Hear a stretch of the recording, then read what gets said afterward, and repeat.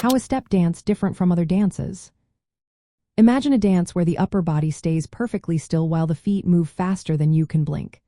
That's what makes Irish step dance stand out from many other dance styles. Unlike dances where the whole body sways or flows, Irish step dance keeps the torso rigid and arms close to the sides. The focus is all on the feet. Dancers perform quick, precise taps, hops, and kicks in complex patterns, often crossing their feet or turning outward. This sharp footwork creates a lively rhythm that matches traditional Irish music perfectly. The shoes also play a big role.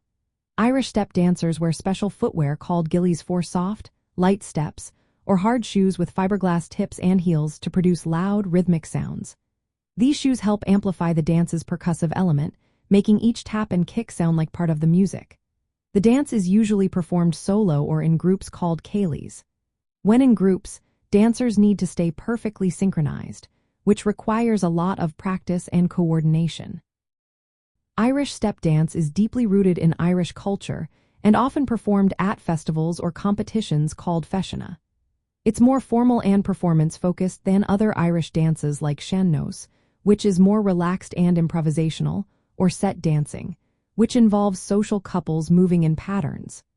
The emphasis on speed, precision, and sound makes Irish step dance unique. Travelers in Ireland often get to see this dance live at festivals, pubs, or cultural centers.